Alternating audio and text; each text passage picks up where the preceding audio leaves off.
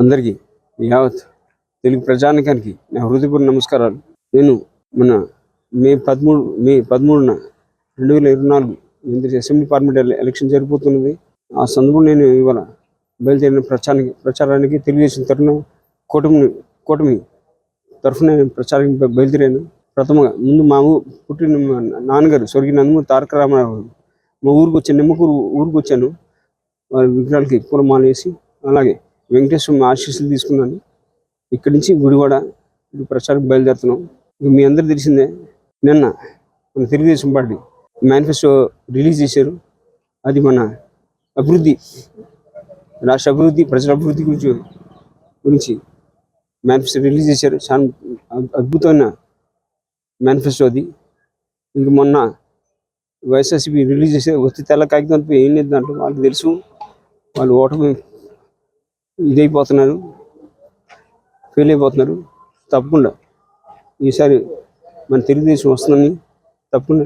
ఎందుకంటే గత ప్రభుత్వం చూసాం, 5 సంవత్సరం మన రాష్ట్రం వెనకట్టబడిపోయింది.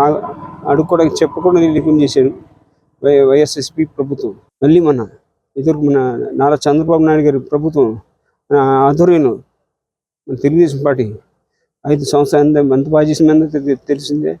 ఆయన యావత్ భారతదేశం మొట్టమొదటి స్థానంలో పెట్టాడు మన ఆంధ్రప్రదేశ్ రాష్ట్రాన్ని.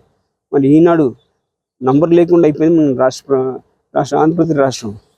మళ్ళీ పునర్వైభవం చూడండి. మళ్ళీ మన చంద్రబాబుని ఎన్నుకుని మన పునర్వైభవం తప్పకుండా తీసుకొస్తాం. మీ అందరి సహకారం ఉండాలని కోరుతూ తప్పకుండా మళ్ళీ ప్రథమ స్థాయిలో తీసుకెళ్తామని హామీ ఇస్తున్నాను. యావత్ భారతదేశం అంతటా వేరు పేరిట అమలు అవుతున్నాయి సంక్షేమ పథకాలకి మూల కారణం మన తెలుగుదేశం పార్టీ.